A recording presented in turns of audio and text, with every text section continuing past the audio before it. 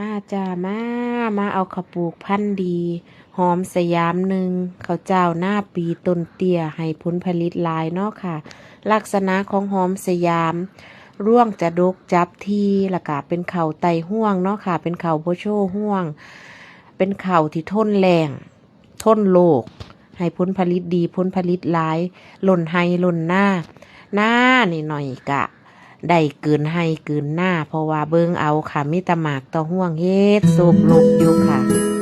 เป็นตาสะอ่อนเป็นตาเฮ็ดพร้อมค่ะนะได้หลายข้าวก็มีความหอมอ่อนนุ่มค่ะกินแซ่บอยู่ค่ะบ่ได้ขี้ลายเด้อหอมส